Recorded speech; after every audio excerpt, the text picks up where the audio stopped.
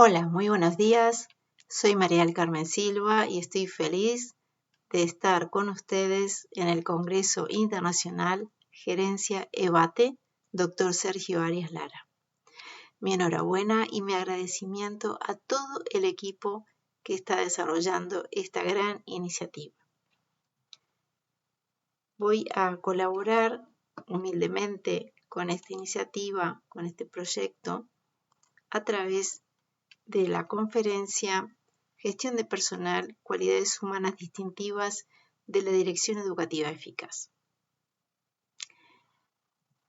Quiero comentarles que no será una clase de cualidades de la dirección, porque me propongo, a través de este enfoque de 3 ejes, simplemente dar elementos para que sigamos conversando o que en los diferentes ámbitos de las instituciones que participan se pueda conocer qué es lo que está sucediendo desde este punto de vista que les voy a proponer. En primer lugar, la visión marco se referirá a qué es lo que esperan las organizaciones internacionales sobre una buena organización. En este caso yo lo aplicaré a la organización educativa. La resiliencia, la diligencia y la responsabilidad. En segundo lugar, ¿qué es lo que dice la teoría? Es decir, ¿cuál es la teoría que está prevaleciendo en el discurso sobre los directores, sobre los líderes de las organizaciones? Y en tercer lugar, desde el punto de vista de la investigación, ¿qué tendencias existen y qué es lo que está descubriendo la investigación actual sobre el liderazgo organizacional? Vamos a empezar diciendo que tengo 3 objetivos. Voy a ser muy breve. El primer objetivo es explorar el modelo organizacional, los principios rectores de responsabilidad, sustentabilidad y diligencia, según los organismos internacionales que en este momento dan un marco internacional a la cuestión de las empresas, las organizaciones, también las educativas. Segundo, voy a tratar de mostrar, trabajar el rol de la dirección, profundizando en el marco teórico que en este momento sería el que se está exponiendo, con el que se está formando a los líderes. Y por último, voy a proponer un marco para la reflexión sobre la responsabilidad, explorando justamente los hallazgos de la investigación. En primer lugar, ¿qué se espera de las organizaciones en el marco internacional? Porque según lo que se espere, sería bueno pensar si nuestros directores van en esa línea o qué cualidades se están proponiendo desde esta visión de una organización.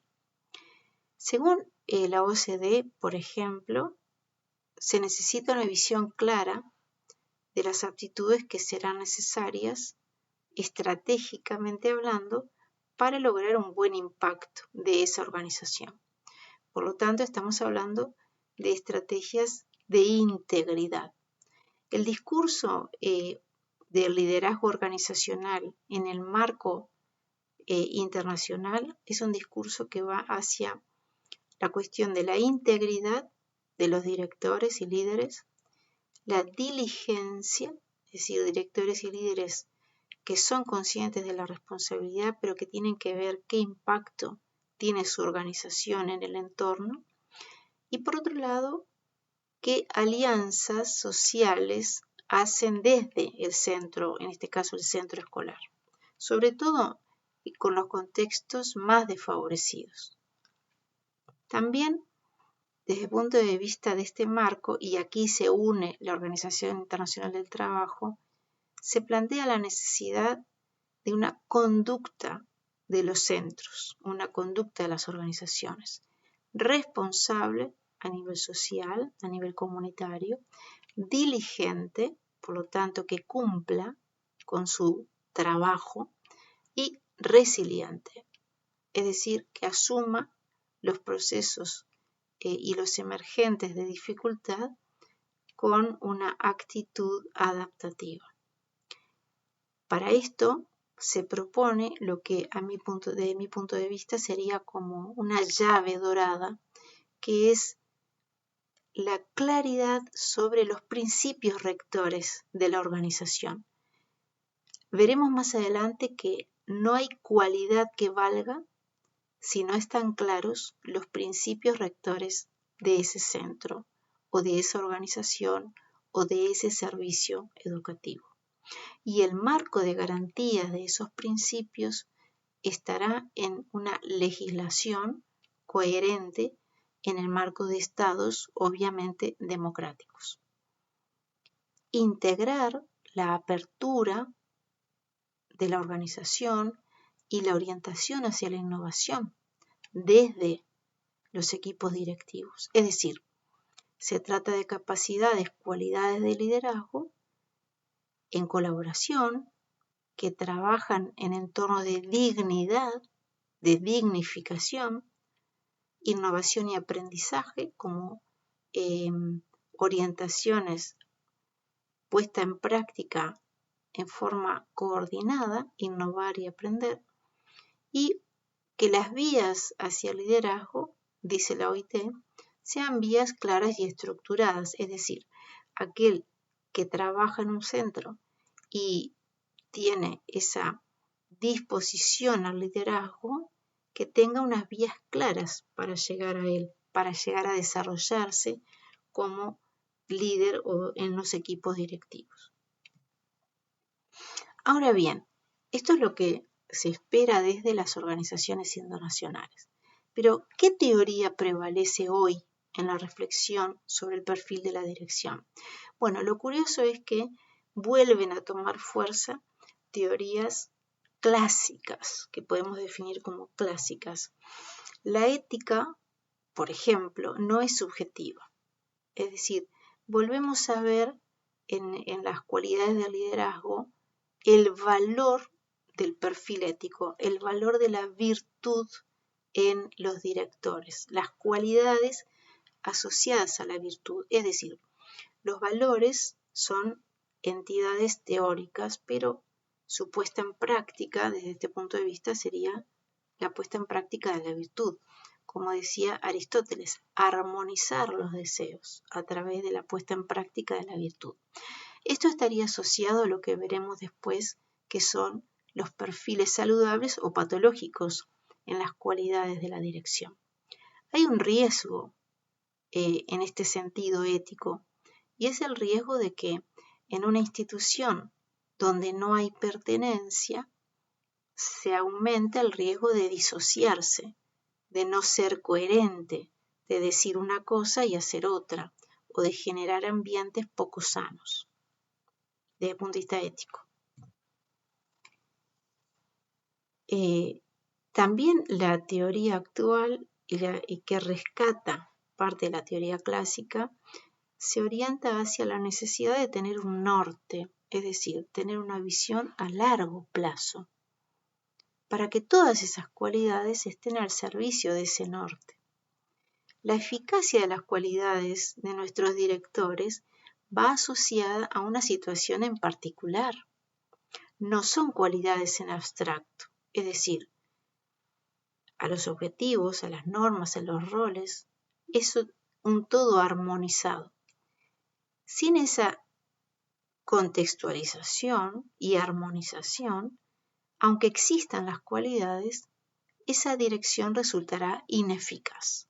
Es decir, cuando el norte está claro, es cuando la voluntad es inamovible, desde la dirección y liderando la organización el resto de los componentes de la institución educativa. Hay una cuestión que está emergiendo, que se está formando cada vez más en esto, que es la cualidad emocional, es decir, la capacidad de conocer los sentimientos propios, los de los demás, motivarse, manejar las emociones y sobre todo la inteligencia emocional en su aspecto interpersonal, porque estaríamos hablando de cualidades de gestión orientadas a las emociones comunitarias, estar atentos a esas emociones y su impacto, su grado de influencia. Finalmente, en la teoría sobre las cualidades de la dirección, quiero destacar un estudio de Rosenthal y Pythinsky en 2006 sobre los perfiles de las cualidades. Bueno, estos autores se hacen eco de lo que se llama el perfil patológico de la cualidad directiva, por ejemplo, cuando estamos frente a una dirección narcisista. Bueno, en este sentido, ¿cuál es la diferencia entre unas cualidades y otras? Cuando estamos frente a un perfil saludable, vemos un conjunto de cualidades al servicio de un director que es o directora, un equipo directivo integrador y equilibrado, que promociona la autonomía pero con acompañamiento, cuya característica global es la humildad en todos los sentidos y la fidelidad a las normas, y esto hablaría de la transparencia, las garantías que ofrecen las normas y la fidelidad a esa equidad que ofrece el tener un marco normativo con el cual se trabaja en coherencia. Sin embargo, el perfil de cualidades en un marco patológico o en un perfil patológico es un perfil de autorreferenciación, de arrogancia o la búsqueda de prestigio. ¿Qué es lo que sucede? En cualquiera de los dos, las cualidades, por ejemplo, en las cualidades de un director narcisista, se van a lograr ciertos resultados, pero a la larga esos resultados no van a llegar a los fines de la institución. Es más, se puede hundir la institución en una situación más compleja, de más problemas sociales o de interacción. Sin embargo, cuando hablamos de un perfil de cualidades saludables que apuntan a la integración y la transparencia, ese entorno de influencia sí que llegará a mediano y largo plazo a resultados de mayor continuidad en la organización educativa. Y aquí hay una característica del conjunto de cualidades saludables y es la capacidad de afrontamiento de los problemas en forma directa, mediante una comunicación cara a cara. Hay afrontamiento preventivo y afrontamiento resolutivo.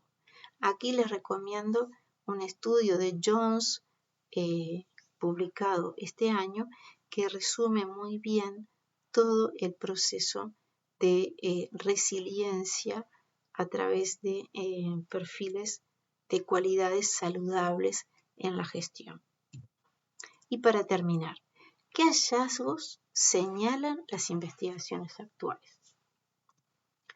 Lo curioso de todo esto es que la investigación actual, es decir, hemos elegido en esta investigación explorar el estado del arte de aquellos trabajos que tomaban casos con una mirada transversal, con una muestra bastante amplia y de diferentes contextos sociales y geográficos, de diferentes países.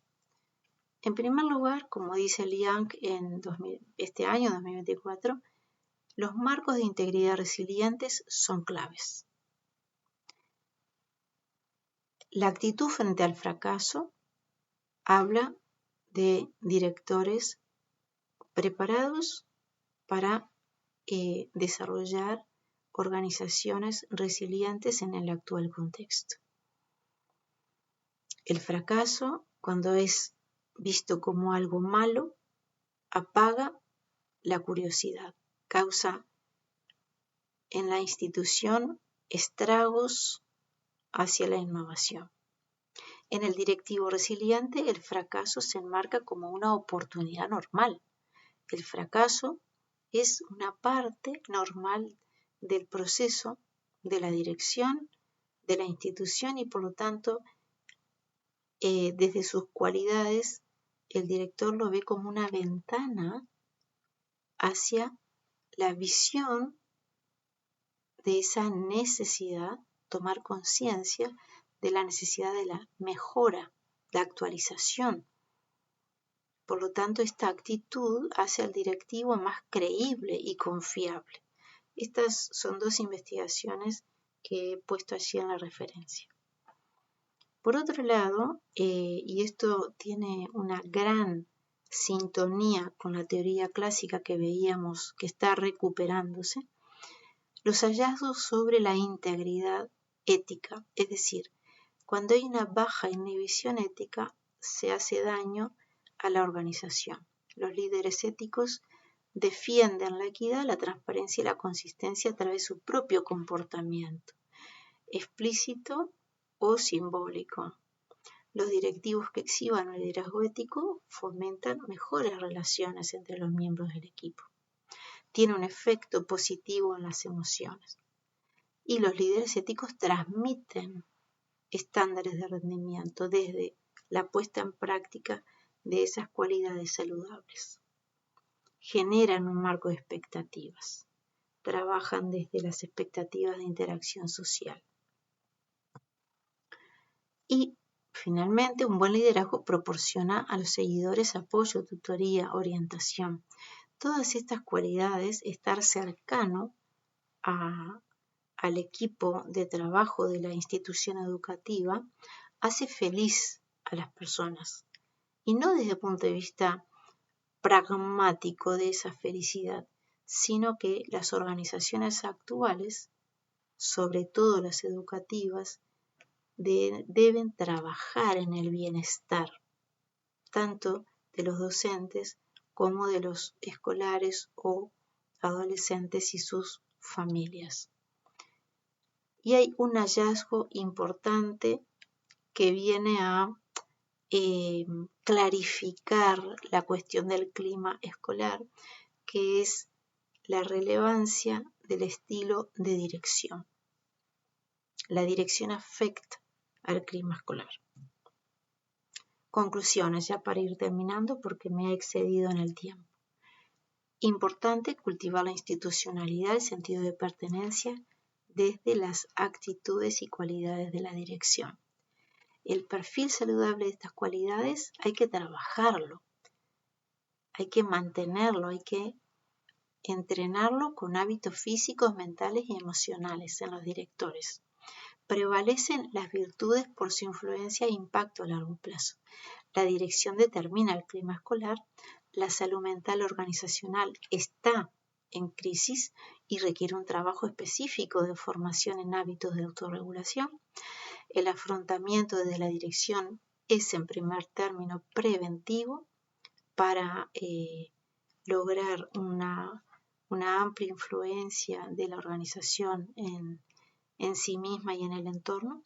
El eje de la construcción de entornos adaptativos y resilientes se sitúa en el estilo de la dirección, aunque esto es una construcción que debe tratarse en comunidad bajo una mirada colaborativa, autónoma y en un marco de garantías y cuidado. Es decir, las cualidades de la dirección no son un listado de cosas que tengo que ser o hacer, sino que es una construcción comunitaria que se trabaja en colaboración y siempre teniendo un norte, unos fines que todos tenemos claros y hacia los que todos trabajamos.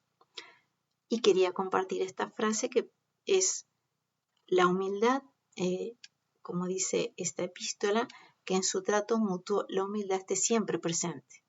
Pues Dios es enemigo de los soberbios y en cambio a los humildes les concede su gracia.